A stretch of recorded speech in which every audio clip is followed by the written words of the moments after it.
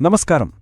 మనలో చాలామందికి అప్పుడప్పుడు ఒక ఆలోచనొస్తుంటుంది కదా, అబ్బా నా దగ్గర ఆ కొత్త టెక్నాలజీ ఉంటే చాలు, ఇక సక్సెస్ నాదే అని. మరి ఈరోజు మనం ఈ ఆలోచనలో ఎంత నిజముందో కొంచెం లోతుగా చూద్దాం. టెక్నాలజీ అనేది నిజంగా ఓ మ్యాజిక్ వాండా, లేదంటే కేవలం ఒక హెల్పరా? రండి తెలుసుకుందాం.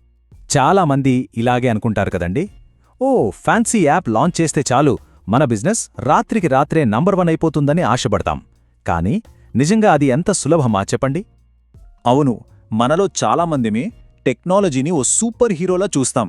మనకున్న అన్ని సమస్యలకి అదే సొల్యూషన్ అని గట్టిగా నమ్ముతాం. కానీ ఈ నమ్మకంలోనే ఒక చిన్న పొరపాటు దొర్లింది. అదేంటో చూద్దాం. ఈ మాటలు మనకు చాలాసార్లు వినిపిస్తుంటాయి కదా, ఒక మంచి లేటెస్ట్ ల్యాప్టాప్ కొంటే చాలు, ఇక నేను భలే చదివేస్తాను. లేదంటే కంపెనీకి ఒక కొత్త సాఫ్ట్వేర్ కొంటే చాలు, మన కంపెనీ ఎక్కడికో వెళ్ళిపోతుంది. ఇవన్నీ వినడానికి ఎంత బాగుంటాయో, కాని ఇవన్నీ కేవలం అందమైన అపోహలు మాత్రమే. సరే, అయితే మనం మన ఆలోచనా విధానాన్ని కొంచెం మార్చుకోవాల్సిన టైం వచ్చింది. చూడండి, టెక్నాలజీ అనేది మన సమస్యలన్నింటినీ పరిష్కరించే మ్యాజిక్ కాదు, అది ఒక బూస్టర్ ఫ్యూయల్ లాంటిదన్నమాట. అంటే మన ప్రయాణంలో మన వేగాన్ని పెంచడానికి ఉపయోగపడేది, అంతే. ఇదే ఈరోజు మనం నేర్చుకోబోయే అతి ముఖ్యమైన సూత్రం. దీనికో చిన్న ఉదాహరణ చెప్తాను, వినండి. ఇప్పుడు మనం పప్పు సరిగ్గా ఉడకబెట్టలేదు అనుకోండి, దాంట్లో ఎంత ఖరీదైన మసాలా డబ్బా తెచ్చి వేసినా రుచి వస్తుందా? రాదు కదా, అస్సలు రాదు. ఠీక్ అలాగే బలహీనంగా ఉన్న ఒక సిస్టంకి ఎంత మంచి టెక్నాలజీ తెచ్చినా అది సహాయం చెయ్యలేదు. ఈ ఆర్డర్, ఈ క్రమం అనేది చాలా చాలా ముఖ్యం, గుర్తుంచుకోండి. మనం ఫౌండేషన్ వెయ్యకుండా ఇంటికి పెయింట్ వేయగలమా? వేయలేం కదా. అలాగే సరైన సిస్టమ్, సరైన మనుషులు లేకుండా టెక్నాలజీని వాడడమంతా వృధానే. ఎప్పుడైనా సరే ఫస్ట్ ఫౌండేషన్, దాని తర్వాతే యాక్సెలరేషన్. సో ఈరోజు మనం నేర్చుకున్న పాఠమంతా ఈ చిన్న ఫార్ములాలో ఉంది. బలమైన పునాది ప్లస్ సరైన టెక్నాలజీ ఈజ్ ఈక్వల్ టు గొప్పతనం. ఈ రెండింటిలో ఏ ఒక్కటి లేకపోయినా రాకెట్ గాల్లోకి ఎగరదు. అంతే సింపుల్. సరే ఫ్రెండ్స్, మరి ఈ సూత్రం మన నిజ జీవితంలో ఎలా పనిచేస్తుందో కొన్ని చిన్న చిన్న కథల ద్వారా చూద్దామా? ఈ ఉదాహరణలు విన్నారనుకోండి, విషయం ఇంకా క్లియర్గా అర్థమైపోతుంది. చూడండిక్కడ అసలైన ఇంజిన్ ఏంటి? ఆ స్టూడెంట్ పడే కష్టం, అతని క్రమశిక్షణ. టాబ్లెట్ అనేది కేవలం ఒక హెల్పింగ్ టూల్ మాత్రమే, అంతేకాని కష్టానికి ప్రత్యామ్నాయం అస్సలు కాదు. ఇక్కడ కూడా సేమ్ స్టోరీ. క్వాలిటీ సర్వీస్ అనేది పునాది.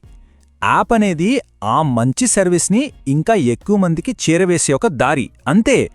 క్వాలిటీ లేనప్పుడు యాప్ ఉండి మాత్రం ఏమి లాభం? సరే, ఇప్పుడు మనం ఒక రైతు గురించి ఒక చిన్న కథ విందాం. ఈ కథ మనం నేర్చుకుంటున్న పాఠాన్ని చాలా చాలా అందంగా వివరిస్తుంది. వినండి. అనగనగా ఒక రైతు ఉండేవారు. కథ ఇక్కడే మొదలవుతుందన్నమాట. ఆ రైతుకి ఒక పెద్ద సమస్య ఉండేది. అదేంటంటే అతని పొలంలోని నేలంతా రాళ్లతో, అసలు సారం లేకుండా ఉండేది. దానివల్ల పంటలు సరిగ్గా పండేవి కావు. అప్పుడు ఆ రైతుకి ఒక ఆలోచన వచ్చింది. తన సమస్యకి ఒక మ్యాజిక్ టూల్ దొరికిందని తెగ సంబరపడిపోయాడు. వెంటనే మార్కెట్కి వెళ్ళి ప్రపంచంలోనే బెస్ట్ కాస్ట్లీ ట్రాక్టర్ ఒకటి కొనేశాడు. కాని ఏమైంది? చివరికి ఆ అద్భుతమైన ట్రాక్టర్ కూడా ఆ బలహీనమైన నేలకు ఏమాత్రం సహాయం చేయలేకపోయింది. ఎందుకని? ఎందుకంటే సమస్య ట్రాక్టర్లో లేదు, నేలలో ఉంది.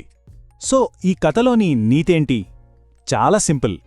ముందు పునాదిని బలంగా చేసుకో, ఆ తర్వాతే టెక్నాలజీ గురించి ఆలోచించు. పునాది బలంగా ఉన్నప్పుడే ఏ సాధనమైనా ఉపయోగపడుతుంది. ఆ రైతు కథ మనకు చాలా ముఖ్యమైన పాఠం నేర్పింది కదా.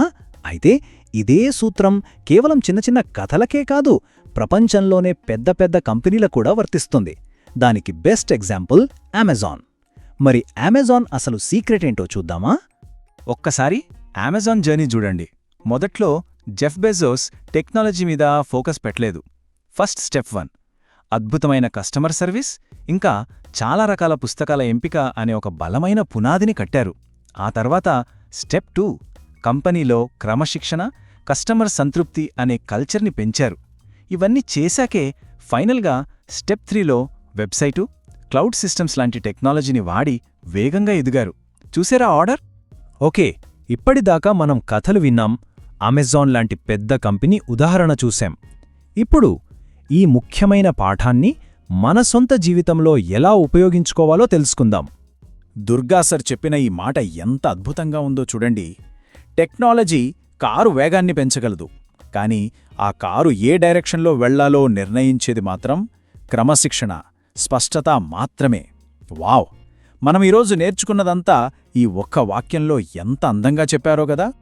ఇప్పుడు ఈ కొన్ని ప్రశ్నల గురించి మనల్ని మనం ప్రశాంతంగా అడుక్కుందాం. మన బేసిక్స్ సరిగ్గా లేకుండా కొత్త కొత్త టూల్స్ వెనక పరిగెడుతున్నామా? మన స్కిల్స్, మన అలవాట్లు అనే ఫౌండేషన్ నిజంగా బలంగా ఉందా? టెక్నాలజీ మన ప్రయత్నానికి సపోర్ట్గా ఎలా ఉండగలదు, దానికి రీప్లేస్మెంట్గా కాకుండా? ఇదిగో మీకోసం ఒక సింపుల్ టిప్. మీరు ఏదైనా కొత్త టూల్ కానీ యాప్ కానీ కొనాలి అనుకున్నప్పుడు మిమ్మల్ని మీరు ఈ ఒక్క ప్రశ్న వేసుకోండి. నా సిస్టమ్ అంటే నేను దీనికి సిద్ధంగా ఉన్నానా? గుర్తుంచుకోండి మిత్రులారా, రోజు చిన్న చిన్నగా నేర్చుకుంటూ వెళ్తే ఏదో ఒక రోజు మనం తప్పకుండా పెద్ద విజయం సాధిస్తాం. నమస్కారం.